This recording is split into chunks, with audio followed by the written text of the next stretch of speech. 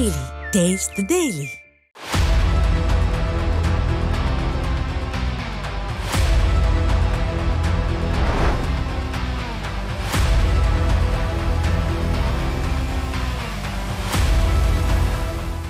News நேயர்களுக்கு வணக்கம். சொல்லி நிகழ்ச்சிக்கு உங்களை வரவேற்கின்றோம். இன்றைய சிறப்பு விருந்தினர் அரசியல் விமர்சகர் ஏகே அவர்கள். வணக்கம் சார். வணக்கம். வணக்கம் ஜெயகிருஷ்ணன் சார். இப்போது பார்த்தீங்கன்னா சிஏஜி அப்படின்ற ஒரு நிர்வாக அமைப்பு வந்து திமுக அரசு, அதாவது தமிழக அரசு மீது பல்வேறு புகார்கள் முன் வச்சிருக்காங்க. அதாவது முக்கியமாக பொருளாதார விஷயங்களில் இந்த திமுக அரசு வந்து மிகவும் பின்னடைந்திருக்கிறது அப்படின்னு சொல்லுவாங்க. இப்போ இது பார்த்தீங்கன்னா இபியில் கூட கிட்டத்தட்ட 10,000 கோடி ரூபாய் அது வந்து ஊழல் நடைபெற்றிருக்கின்ற மாதிரி அது சிஏஜி சொல்லியிருக்காங்க. நீங்கள் எப்படி சார் பார்க்குறீங்க? ரைட். அந்த சிஏஜிங்கிறது வந்து வருஷம் ஆடிட் தணிக்கை குழு இல்லையா மாதிரி சென்ட்ரல் கவர்மெண்ட் பண்ணுறது. இந்த ஃபினான்ஷியல் ஆடிட்னு சொல்லுவோம் இல்லையா, கார்பரேட்டில் அந்த மாதிரி பண்ணி கொடுக்குறாங்க. இது ஒவ்வொரு வருஷமும் பண்ணிக்கிட்டு இருக்காங்க. போன வருஷமும் இதே ஒரு குற்றச்சாட்டு நடந்தது. அதாவது இப்போ இன்றைக்கி நான் சொல்கிறோம் ஒரு 500 கோடி வந்து, அதான் மொத்தம் டான்கோங்கிறது தனி ஒரு அமைப்பு. அது வந்து கவர்மெண்ட் அந்த எலக்ட்ரிசிட்டியை டிஸ்ட்ரிபியூட் பண்ணி கொடுக்குற அமைப்பு. அது கலெக்ட் பண்ணுற ரெவென்யூவை கவர்மெண்ட்டுக்கு கொடுக்கணும். ஏன்னா கவர்மெண்ட்டோடைய அது அந்த டேக்ஸ் வந்து கவர்மெண்ட்டுக்கு சேர வேண்டியது. 1900 கோடியை கலெக்ட் பண்ணிக்கிட்டு ஒரு 500 கோடியை வித்ஹெல்ட் பண்ணிடுறாங்க. அதுதாங்க அப்படிங்கிறது ஒரு இதுவாக வருது. இதே பார்த்திங்கன்னா ப்ரீவியஸ் வருஷத்துலேயும் இதே மாதிரி கிட்டத்தட்ட 4000 கோடி கலெக்ட் பண்ணிக்கிட்டு அதை வந்து தணிக்கை குழு வந்து சொன்ன பிறகு அதுக்கப்புறம் இந்த வருஷம் தான் கொடுத்துருக்காங்க. இது வந்து ஒரு ரொம்ப ஒரு இப்போ ஒரு ஒரு ஊழலுக்கு வழிவகுக்கக்கூடிய ஒரு செயல் தான். ஏன்னா கவர்மெண்ட்டோடைய மணியை ஒரு தனியார் நிறுவனம் தக்க வைக்கக்கூடிய அவசியம் கிடையாது. அப்போ அவங்க எப்படி வேலை செய்கிறாங்கிறதுக்கு தனி அலோகேஷன் அவங்களோட இது தான். பட் கவர்மெண்ட்டோடைய மணியை வித்ஹோல்ட் பண்ணிக்கிட்டு அதை என்ன பண்ணுறாங்கன்ற அந்த கேள்வி வந்து இன்னும் ஒரு புதிராகவே தான் இருக்குது. இது வந்து அப்போது வந்து அந்த ஊழல் பணம் வந்து அந்த கமிஷனோ கரப்ஷனோ நடக்கிறதுக்கு உண்டான சாத்தியக்கூறுகள் இருக்கா அப்படிங்கிறது நம்ம வரும்போது தான் தெரியும். பட் பார்த்திங்கன்னா நிர்வாகம் சரியில்லை, பண விஷயத்துலையும் சரியில்லை, மற்ற எல்லா விஷயத்தையும் சரியில்லைங்கிறதுக்கு வந்து இந்த சிஏஜி ரிப்போர்ட் வந்து ஒரு எடுத்துக்காட்டாக தான் இருக்குன்னு நம்ம பார்க்குறோம். இன்னொரு கூட பார்த்தீங்கன்னா ஒரு 10,000 கோடி ரூபாய் அதுவும் கூட வந்து முறையற்ற வழியில் வந்து செலவு பண்ணியிருக்காங்க அப்படின்னு சொல்லப்படுது. அதாவது அது சரியான முறையில் கொடுத்த தொகையை சரியான முறையில் செயல்படுத்தவில்லை என்ற குற்றச்சாட்டு கொடுத்துருக்காங்க இல்லையா சார்? ஒரு சமயம் இவங்க என்ன சொல்கிறாங்க, எனக்கு வந்து இப்போ கவர்மெண்ட் வந்து இப்போ சென்ட்ரல்லேருந்து கொடுக்கல எனக்கு ஃபண்ட்ஸுன்னு சொல்லிட்டு ஒரு ஒப்பாரி வைக்கிறாங்க சின்ன பொருளத்தனமாக. அதுவே முதல்ல ஒரு தப்பான விஷயம். இப்போ இங்கே பார்த்தீங்கன்னா கொடுத்த காசை முதல்ல 4 விஷயம் நடந்திருக்கு. முதல்ல ஒரு கவர்மெண்ட்டு சென்ட்ரலும் ஸ்டேட்டும் சேர்ந்து ஒரு ஒரு ஒரு ஒரு சர்வீஸ் ஒரு பண்ணுறாங்க அப்படின்னா, ஃபண்ட்ஸ் அலோகேட் பண்ணுறாங்கன்னா அது ஒரு அக்கௌண்ட்டை ஆரம்பித்து அந்த அக்கௌண்ட்டில் சென்டர் ஷேர் வரும், ஸ்டேட் ஷேர் வரணும். சென்டர் ஷேர் போடுறாங்க, ஆனால் ஸ்டேட் வந்து ஷேர் போட மாட்டேங்கிறாங்க. உடனே போட்டு தான் உடனே மக்களுக்கு கொடுக்கணும், டிஸ்ட்ரிபியூட் பண்ணணும் அந்த ஸ்கீம்ஸ்க்காக. முதல்ல டிலே, 1 நாள் 2 நாள் இல்லை, 3 மாதம் 4 மாதம் 6 மாதம்னு முதல்ல டிலே. ரெண்டாவது, எந்த இது விஷயத்துக்காக அந்த ஒரு நிதி கொடுக்கப்படுகிறதோ அந்த நிதி வந்து அதற்காக பயன்படுத்தப்படுறதில்லை. இவங்க என்ன பண்ணுறாங்க, அந்த நிதியெல்லாம் மடைமாற்றிட்டு இவங்க வந்து மகளிர் உரிமை திட்டம், மற்ற ஸ்கீமு, அப்புறம் இந்த சத்துணவு திட்டம்னு சொல்லிட்டு டைவர்ட் பண்ணுறாங்க, மடைமாட்டுறாங்க எல்லா விஷயத்தையும். மூணாவது வந்து எதுக்கு செலவழிக்கணுமோ அதுக்கு செலவழிக்கிறது இல்லை. உதாரணம், இப்போ இந்த சிஏஜி ஆடிட் ரிப்போர்ட்லேயே என்ன கிளியராக சொல்லியிருக்காங்கன்னா, இப்போ வந்து அந்த எஸ்சி எஸ்டி பிரிவினருக்கு உண்டான விஷயத்தில் மினிமம் 20% அவங்களுக்கு ஸ்பெண்ட் பண்ணியே ஆகணும்னு போட்டிருக்கு. ஆனால் இந்த கவர்மெண்ட் வந்து அந்த விஷயத்தை பண்ணவே இல்லை. இது மாதிரி எந்த விஷயத்துக்காக அந்த நிதி ஒதுக்கப்படுகிறதோ அந்த அந்த விஷயத்துக்கு அதே மாதிரி மகளிருக்கு உண்டான நிறையா நலத்திட்ட உதவிகளுக்கு உண்டான திட்டங்கள்லாம் எதுவுமே பண்ணலை. அதனால திருப்பி அதை பயன்படுத்தாத திருப்பியும் போயிடுறது. ஆக்சுவலாக இதை 4வது பார்த்தீங்கன்னா என்னென்னா, எங்கே வந்து இவங்களுக்கு வந்து வரணும் அதை வந்து ஸ்பெண்ட் பண்ணணும்னா அதை வந்து வேற ஒரு விஷயத்துக்கு வந்து தவறுதலாக உபயோகிக்கிறாங்க. இந்த மாதிரி எல்லா இடத்துலையும் இந்த கவர்மெண்ட் கிட்ட ஒரு ப்ராப்ளம் இருக்குது. அந்த கம்பராமாயணத்தில் கம்பர் சொல்லுவார், அந்த ராவணனை பற்றி சொல்லும் பொழுது, கடன் பெற்றார் நெஞ்சம் போல அப்படியே கலங்கினான் ராவணன் அப்படின்னு. இவங்க ராவணனை வந்து திராவிட மாடலாக வச்சுருக்காங்க, அவன் பிராமணனாக இருந்தாலும் அது வேறு விஷயம். பட் அதே அந்த திராவிட மாடல் அரசு இன்னைக்கு அதே அந்த கம்பராமாயணம் ஓமையை சொல்லிட்டு கடன் பெற்றார் நெஞ்சம் போல் எங்கெல்லாம் கடன் வாங்கி பண்ணணுமோ அந்த விஷயத்தில் தான் இந்த ஃபுல்லாக வந்து இவங்க கரப்ஷன் பண்ணுறாங்கங்கிறது வந்து இந்த சிஏஜி ரிப்போர்ட் வந்து ஒரு எடுத்துக்காட்டு. அவ்வளோதான். கிட்டத்தட்ட 14,000 கோடி இதில் வந்து மடைமாற்றப்பட்டதாக ஒரு செய்தி வந்திருக்கு. அதாவது அவங்க தணிக்கை குழு சொல்லியிருக்காங்க கிட்டத்தட்ட 14,886 கோடியில் இது நடைபெற்றிருக்குன்னு சொல்லியிருக்காங்கல்ல. ஸோ இப்போ 14,000 கோடி வர தொகையை வந்து இவங்க வந்து மிஸ்யூஸ் பண்ணியிருக்காங்க. ஆனால் நீங்கள் சொன்ன மாதிரி எங்களுக்கு தொகை வரவில்லை, சட்டசபையில் கூட சொல்லி எங்களுக்கு வந்து தொகையை தரல மத்திய அரசுன்னு சொல்லியிருக்காங்க. பட் இதெல்லாம் முழுக்க முழுக்க பொய்யும் புரட்டுமா தான் இருக்கிறது. கண்டிப்பாக இப்போ இந்த சென்ட்ரல் கவர்மெண்ட் பிஜேபியில் சென்ட்ரல் கவர்மெண்ட் வந்த பிறகு நிறையா ஃபினான்ஷியல் டிசிப்ளின் எடுத்துருந்தாங்க. இப்பயே இப்போ இவங்க பேசுகிற அந்த சமக்ரஷா ஸ்கீமில் வந்து எனக்கு வந்து கொடுக்கல, காசு கொடுக்கலன்னு. ஆனால் என்ன, இவங்க ஸ்கூலுக்கு ஆசிரியர்களுக்கு கொடுக்க வேண்டிய அந்த ரீஎம்பர்ஸ்மெண்ட் அந்த இதை வந்து இவங்க வந்து தனியார் பள்ளிகளுக்கு கொடுக்கல, இந்த சிபிஎஸ்சி அந்த பள்ளிகளுக்கு கொடுக்கல. அதுக்கு உண்டான கேஸ் நடக்கும் பொழுது ஜட்ஜி கேள்வி கேட்குறாரு, இதுக்கும் அதுக்கு சம்மந்தம் இல்லைன்ற போது இவர் ஒரு விஷயம் எடுத்து வைக்கிறாங்க, எனக்கு இந்த வர வேண்டிய நிதி வரலன்னு. அப்போ என்ன புரியுறது நமக்கு, இவங்க வந்து கொடுக்க வேண்டிய விஷயத்தை ஒதுக்க வேண்டிய விஷயத்துக்கு உண்டான பட்ஜெட்டை பண்ணாமல், வருவாயை ஈட்டாமல், அதற்கு உண்டான டிஸ்ட்ரிபியூட்டை பண்ணாமல் எல்லாத்துலேயும் எடுத்து ஒரு சென்ட்ரல் கவர்மெண்ட் மேலே ஒரு பழியாக போட்டுடுறாங்க. இப்போ இந்த ஒரு நான் ஏற்கனவே சொன்ன மாதிரி ஒரு ஸ்கீம்னா அந்த ஸ்கீமுக்கு உண்டான ஒரு வரையறை இருக்குது, ஒரு ரூல்ஸ் இருக்குது, கண்டிஷன்ஸ் இருக்குது.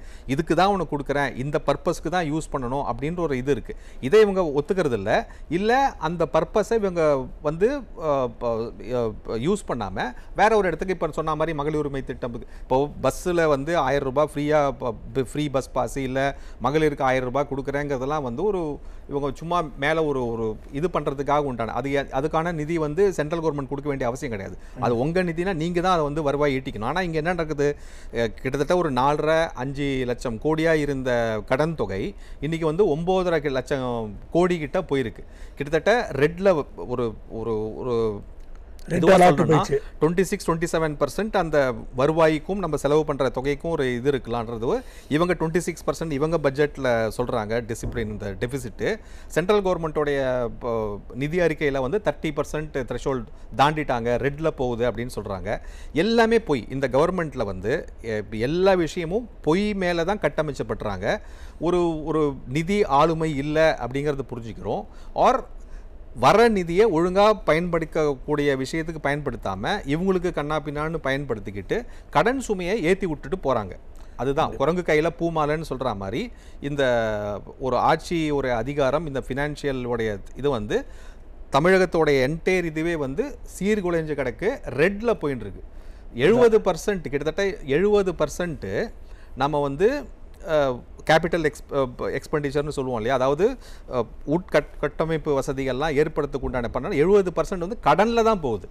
வாங்குற 100 ரூபாய் 30 ரூபாய் தான் நம்ம வந்து அந்த மக்கள் வசதிக்காக பயன்படுத்துகிறோமே தவிர மிச்சம் 70 ரூபாய் என்ன பண்ணுறோன்னா கடன் வாங்கினதுக்கு வட்டி கட்டிகிட்டு இருக்கோம். கண்டிப்பாக. இப்போது இன்னொரு விஷயம் பார்த்தீங்கன்னா, சிஎம் அவர்கள் ஸ்டாலின் அவர்கள் திடீர்னு வந்து கச்சத்தீவு மேலே அதிகமாக பாசம் காமிச்சிட்ருக்காரு. ராமேஸ்வரம் போனால் அங்கே தான் அவங்க பேசுகிறாரு, கச்சத்தீவு மீட் போன்றாரு. இப்போ 4 கடிதங்கள் வேறு கச்சத்தீவு பற்றி நாங்கள் மீட்டே திறனீங்க, எங்களுக்கு பிரச்சனையாக இருக்குது அப்படின்னு ஒரே முதலை கண்ணீராக வடிக்கிறாரு. இந்த கச்சத்தீவு வந்து அவருக்கு உண்மை வரலாறு தெரியுமா இல்லை தெரியாமல் பேசுகிறாருன்னு தெரியல. இல்லையா, முதலை கண்ணீர் முதல்வர் கண்ணீர் ஆயிடுச்சுன்னு நினைக்கிறேன். இப்போது மக்களுக்கு இப்போ கச்சத்தீவை தாரவாத்து கொடுத்ததே இவங்க தான். ஆமாம், அதாவது குழந்தையும் கிள்ளி விட்டு தொட்டிலையும் ஆட்டி விடுற கதையாக கச்சத்தீவை தாரவாத்து கொடுத்ததே இவங்க தான். இவங்க அப்பா கருணாநிதி ஆட்சியில் இந்திரா காந்தி அங்கே இருக்கும்பொழுது சேர்ந்து பண்ணது. அப்போது வராத கண்ணீர் வந்து இப்போ வந்து கடிதமாக வந்து எழுதி கண்ணீர் விட்றாரு. கிட்டத்தட்ட வந்து 72 கடிதம் ஏதோ எழுதியிருக்காருன்னு கேள்விப்படுறேன். இந்த ஒரு நவீன டிஜிட்டல் யுகத்தில் ஒரு ஃபோன் எடுத்து பேசலாம், இல்லை டெல்லிக்கு வந்து இது வந்து ஒரு ஆவணமாக கிரியேட் பண்ணுறாரு இல்லையா. இப்போ நீங்கள் ஃபோன் பேசுறது வந்து ஆவணமாக கிரியேட் பண்ண முடியாது. இப்போ கடிதம் என்னங்கிறது ஆவணமாக கிரியேட் ஆகும்ல, அதுக்காக தான் அந்த ஆவணத்தை கிரியேட் பண்ணுறாரு. அதான் ட்விட்டர்லையும் ட்வீட்டாக போட்டு ஆவணத்தை கிரியேட் பண்ணுறாங்க. பட் மக்களுக்கு தெரியும் இல்லையா, ஆவணம் கிரியேட் பண்ணால் அது உண்மைத்தன்மை சார்ந்த விஷயமா தான் இருக்கணும். கச்சத்தீவை தாரவாத்து கொடுத்ததே இந்த கழகம், திராவிட முன்னேற்ற கழகம் தான். இப்போ இன்னைக்கு வந்து அதை மீட்டெடுக்கக்கூடிய விஷயத்தில் நெகோஷியேட் பண்ணியிருக்காங்க. இது வந்து ஒரு இன்டர்நேஷ்னல் டிஸ்பியூட். இது வந்து என்னமோ ஒரு ஸ்டேட்டுக்குள்ள டிஸ்பியூட்டோ ஒரு ஸ்டேட் வந்து போய் ரிசால்வ் பண்ண வேண்டிய டிஸ்பியூட்டாக கிடையாது. இதை வந்து ஒரு அரசியல் பிரச்சனையாக வச்சுட்டு இருக்காங்க. அதாவது ஒரு லாஸ்ட் ஒரு 50 வருஷமாக பார்க்குறோம், நிறைய விஷயத்தை வந்து ஒரு அரசியல் பிரச்சனை வைப்பாங்க. இந்தி எதிர்ப்பு அப்படின்ற ஒரு அரசியல் பண்ணுவாங்க. அதுக்கப்புறம் இந்த காவேரி நதிநீர் அப்படின்னு ஒரு அரசியல் பண்ணுவாங்க. இந்த கச்சத்தீவும் ஒன் ஆஃப் த அரசியல். இப்போ காவேரி அதுங்கிறது அந்த பிரச்சனையை முடிஞ்சு போச்சு. அது மாதிரி இந்திய எதிர்ப்புடைய ஒரு போலித்தன்மை வந்து வெளியில் வந்துடுச்சு. இன்னைக்கு கச்சத்தீவு அப்படின்ற விஷயம் அதுவும் வந்துடுச்சு. பட் ஆனால் ஒரு நீலிக்கலையில் அந்த இடத்துல போய் மீனவ சமுதாய மக்களை பார்க்கும்போது இது பண்ணும்போதோ நான் வந்து மீட்டு தருவேன். அப்போ மீட்டு தருவேன்ற ஒரு இருந்தாருன்னா என்ன பண்ணியிருக்கணும், டைரெக்டாக டெல்லிக்கு போய் உட்காரணும், பிரதமரை பார்க்கணும், ஒரு விஷயத்தை டிஸ்கஸ் பண்ணணும், ஒரு பேனலை கிரியேட் பண்ணணும். இங்கே வந்து அசம்பிளியில் வந்து ஒரு மசோதா ஏற்றினா எல்லாமே நடந்துடுமா? இங்கே இதெல்லாம் வந்து மக்களை ஏமாத்துறதுக்கான உண்டான வழிமுறையாக தான் பார்க்குறோமே தவிர அந்தந்த இடத்துல போயிட்டு நான் உங்களுக்கு நான் பண்ணுறேன்ப்பா, நான் இது பண்ணுறேன்ப்பா அப்படின்னா நடந்துடுமா? வாய் வார்த்தையாக வாயில் ஒன்றுமே கிடையாது. இப்போ அப்படி பார்த்தீங்கன்னா வந்து கிட்டத்தட்ட 511 வாக்குறுதிகள் கொடுத்துட்டு தான் இவங்க வந்து ஆட்சிக்கு வந்தாங்க. ஒரு 10% வாக்குறுதி கூட நிறைவேற்றலையே. அதில் கச்சத்தீவு மீட்போன்றது ஒன்று, இந்த இந்தி எதிர்ப்புங்கிறது ஒன்று, மற்ற நிறையா விஷயங்கள் இருக்குது. அந்த எலக்ட்ரிசிட்டி நம்ம டான்ஜூர்கோ பற்றி பேசணும் இல்லையா, எலக்ட்ரிசிட்டி பில்லை வந்து நம்ம வந்து மாற்றுறோம், மந்த்லியாக மாற்றுறோம் அப்படின்னு சொன்னாங்க. அதுவும் பண்ணலை. அது மாதிரி நிறையா விஷயம் சும்மா ஒரு மக்களை ஏமாத்துறதுக்காக போயிட்டு ஒரு வாக்குறுதியாக சொல்கிறது. அதுக்கப்புறம் அதை நானும் அன்றைக்கி பாரு நான் வந்து பத்திரம் இருக்கு, நான் கடிதம் எழுதி நம்பாரு, இதை பாரு இதான் கடிதம் அப்படின்னு ஒரு நியூஸில் முரசொலியில் போய் போடுறதுக்கு உண்டான விஷயமாக தான் இருக்குமே தவிர அதற்கு உண்டான முயற்சி எதாவது பண்ணியிருக்காங்களா அப்படின்னு கேட்டால் ஜீரோ. அது பண்ணுறது ஃபுல்லாக பிரதமர் மோடி அதற்கு உண்டான அந்த தலைமையிலான அரசு தான் பண்ணுறது தவிர இவங்க எதுவுமே பண்ணல. அதே மாதிரி இன்னொரு விஷயம் பார்த்தீங்கன்னா உங்களுடன் ஸ்டாலின் அதில் வந்து கிட்டத்தட்ட 45 நாட்களில் எல்லா பிரச்சனையும் தீர்த்து வைப்பேன்னு சொல்லிட்டு அவர் வாக்குறுதி கொடுத்ததோட சரி. அதுக்கப்புறம் பார்த்தீங்கன்னா ஒருத்தர் வந்து ரேஷன் கடை ஒன்றும் கேட்டிருக்காரு, அவருக்கு வந்து நீ வேலையை வந்து சேர்த்துக்கோ அப்படின்னு சொல்லிட்டுலாம் வந்து மனுக்கள்லாம் வந்து இப்போ பரிசீலிக்கப்படுது. ஏற்கனவே அந்த மனுக்கள்லாம் வந்து பாதி இடத்துல பஜ்ஜி போண்டா கட்டுறதுக்கும் ஆற்றுல மிதக்கிறது தான் இருக்குது. சிலர் வந்து இது மாதிரி தப்பித்தவறி போனால் கூட இது மாதிரி அது பிரச்சனைக்கும் கொடுக்கக்கூடிய தீர்வுக்கும் சம்மந்தமே இல்லாமல் இருக்குது. அது 70 நாட்களுக்கு அப்புறம் கொடுக்குறாங்களாம். இது எப்படி பார்க்குறீங்க நீங்கள்? இது இந்த அரசாங்கம் வந்து ஒரு ஒரு ஒரு கட்டமைப்பில் ஒரு பிம்பத்தில் ஒரு ஒரு காற்றடைத்த பந்துன்னு சொல்லுவோம்ல, அந்த மாதிரி ஒரு புஷ்ஷுன்னு ஒரு இதில் போட்டால் வந்துடும். அதெல்லாம் இந்த மாதிரி ஒரு குண்டூசி தான் இதெல்லாம். ஏற்கனவே பல விஷயத்தில் பார்த்துருக்கோம். 4 வருஷமாக மக்கள் மேலே காட்டாத அக்கறை திடீர்னு வந்து இன்றைக்கி ஒரு தேர்தல் வரப்போகிறது 26 அப்படின்ன உடனே நான் வந்து நானும் உங்களோட தான் இருப்பேன், மக்கள் முதல்வன் அப்படின்லாம் ஒரு இதை போட்டு இந்த மாதிரி ஒரு இடத்துல பண்ணுறாங்க. அப்போ ஒரு முகாம் போட்டு குறை தீர்க்க கேட்டேன். ஏற்கனவே வந்து புகார் பெட்டின்னு ஒன்று இருந்தது. இந்த நம்ம சென்னை ஆப்பில் அந்த மாதிரி ஒரு விஷயத்தில் வந்து கம்ப்ளைண்ட் பண்ணலான்னு இருந்தது. ஆனால் என்ன பண்ணாங்க, கூண்டாஸ் வேறு தான் பண்ணாங்க. யாரெல்லாம் கம்ப்ளைண்ட் கொடுத்துருக்காங்களோ அவன் அட்ரஸை பார்த்து கண்டுபிடிச்சி நீ எப்படி கவர்மெண்ட்டுக்கு எதுக்காக கம்ப்ளைண்ட் கொடுக்கலாம் அப்படின்னு ஒரு கூண்டா ராஜ்யம் தான் நடந்தது. இன்றைக்கி வந்து நம்ம மக்கள் மேலே பரிவு ஏற்படுற மாதிரி போய் பண்ணுறாங்க. அதுலேயும் ஒழுங்காக பண்ணுறாங்களா? கிடையாது. இதுக்கு முன்னாடி நம்ம ஏற்கனவே பேசியிருக்கோம் நம்ம நிகழ்ச்சியிலேயே வந்து ஒன்றா உறுப்பினராக சேரு, அப்போ தான் உனக்கு வந்து உள்ளான மானியம்லாம் தருவேன் அப்படின்னு மிரட்டிட்டு அவங்க உறுப்பினர் சேர்க்கிறத பார்க்குறோம். இது 3வது கட்டம், நிர்வாக சீர்கேடு, நிர்வாக இன்மை அப்படிங்கிறதான் பார்க்குறோம். ஒருத்தர் வந்து எனக்கு என்னுடைய பகுதியில் வந்து ரேஷன் கடையே இல்லை, நாங்கள் வந்து 3 கிலோமீட்டர் 4 கிலோமீட்டர் தள்ளி போயிட்டு பொருட்கள் வாங்க வேண்டியிருக்கு, இங்கே பண்ணுங்கன்னு சொல்லிட்டு பல இடத்துல அவர் வந்து மனு கொடுத்துருக்காரு.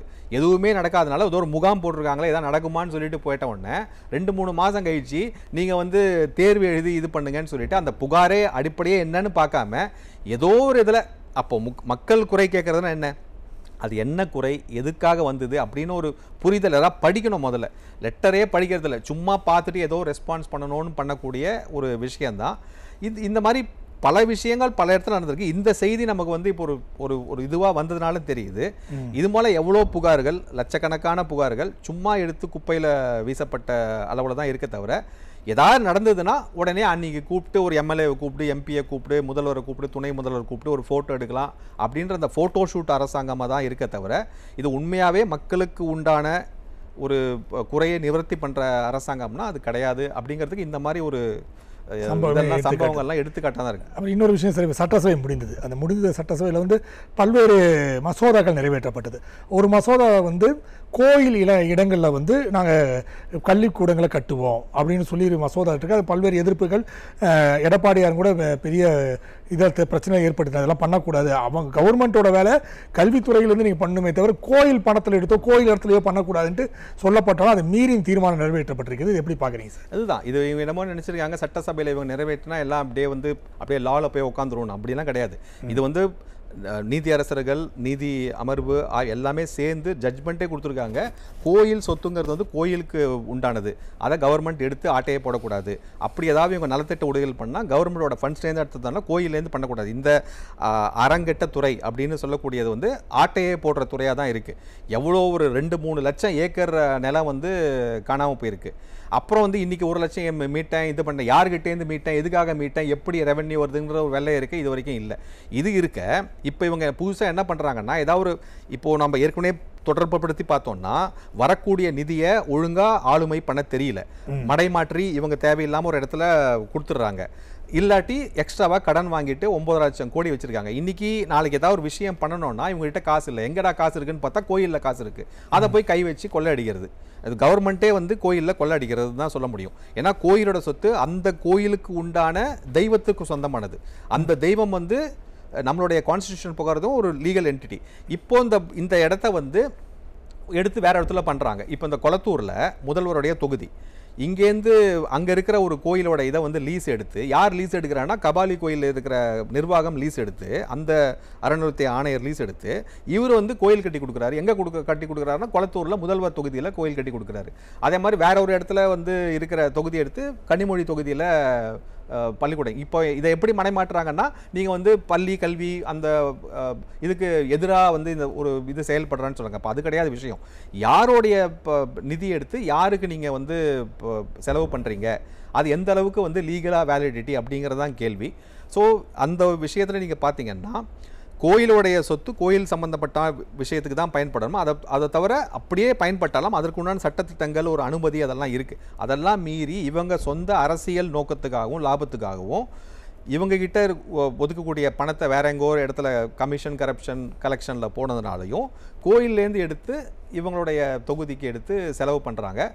இதில் இப்போ உயர்நீதிமன்றம் சரி உச்சநீதிமன்றம் சொல்லி கடும் ஆச்சரியமை தெரிவித்து ரூலிங்கே போட்டுருக்கு, பண்ணக்கூடாது, கோயில் சொத்துக்களை எடுத்து கவர்மெண்ட் இந்த மாதிரி பண்ணக்கூடாதுங்கிற கிளியர் மற்றும் மேண்டேட்டடாக ரூலிங் இருந்தால் கூட அரசியல்காரங்களே எடுத்து பண்ணுறாங்க. ஆனால் மக்கள்கிட்ட மடைமாற்றி இவங்க பாரு அப்படின்னு சொல்லலாம். அப்போ இதே இப்போ அரசாங்கம் அப்போ ஒரு வக்பு நிலத்தை எடுத்து பண்ணலாமே, அவர் சர்ச்சு நிலத்தை எடுத்து பண்ணலாமே, ஏன் பண்ண மாட்டேங்கிறாங்க அப்படின்ற அந்த கேள்வியும் வருது.